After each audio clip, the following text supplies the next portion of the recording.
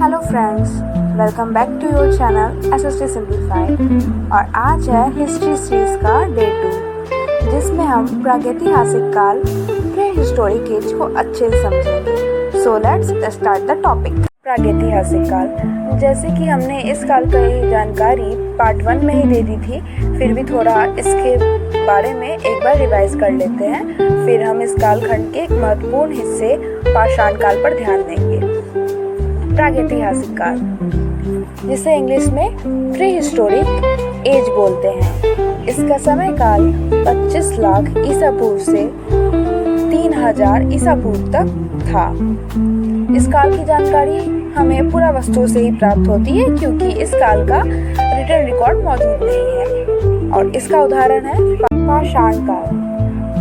प्रागैतिहासिक कालखंड का वह हिस्सा जब इंसानों ने पत्थर से औजार बनाने की शुरुआत की।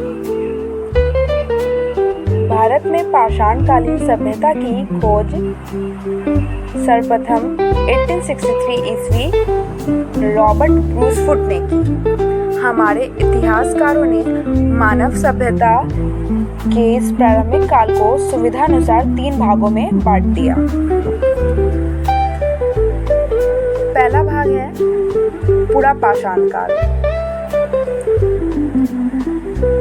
जिसका समय काल 25 लाख ईसा पूर्व से 10,000 ईसा पूर्व तक था। ये मानव इतिहास का सबसे शुरुआती और सबसे लंबा समय था। अगर हम जीवन शैली की बात करें तो इस काल के मानव पूरी तरह से शिकारी और भोजन संग्राहक थे। ये एक जगह नहीं ठहरते थे।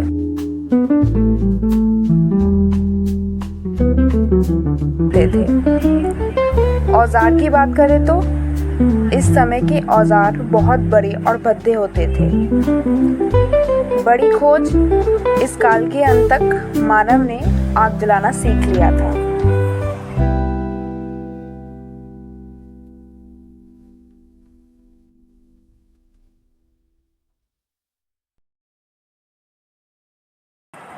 मध्य पाषाण काल, मेसोलिथिक एज। ये काल लगभग 10,000 ईसा पूर्व से 6,000 ईसा पूर्व तक था। अगर जीवन शैली की बात करें तो जलवायु गर्म होने लगी थी।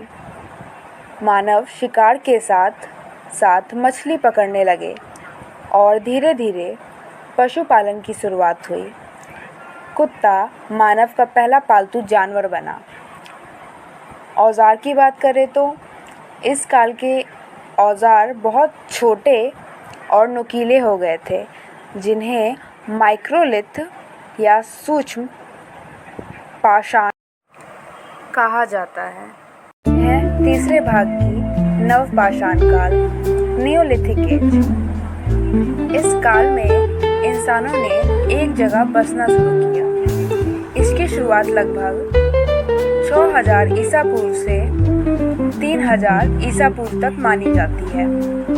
जीवन शैली की बात करें तो मानव ने कृषि करना शुरू कर दिया था, जिससे वह एक जगह स्थायी रूप से रहकर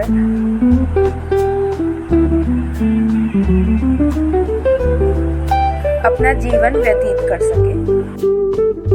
आज हम लोग ने पाषाण काल का टॉपिक पूरा किया।